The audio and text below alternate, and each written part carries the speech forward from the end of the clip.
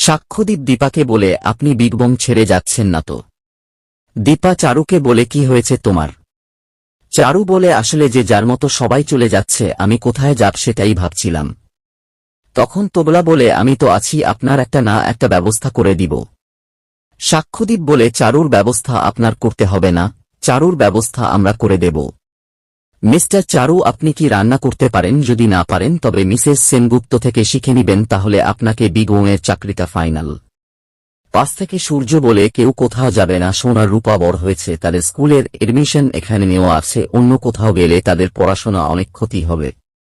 আর আমার এখানকার হসপিটাল সাথে 5 বছরের চুক্তি করা আছে, তাই আমিও কোথাও যেতে পারবো না।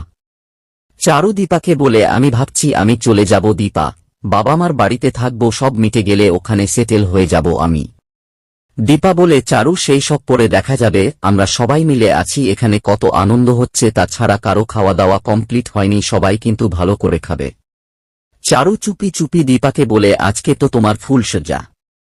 এরপর উর্মি সূর্য দীপাকে তাদের ফুলসজ্জা করার জন্য একটি রুমে আটকে আছে। সূর্য দীপাকে বলে, কতদিন পরে এত সুন্দর একটা রাত কাটাবো আমরা দুজন একসাথে, তোমাকে আবার আমি এভাবে দেখছি, খালি মনে হচ্ছে পুরোটাই স্বপ্ন, একটা ঘরের মধ্যে আছি আমি।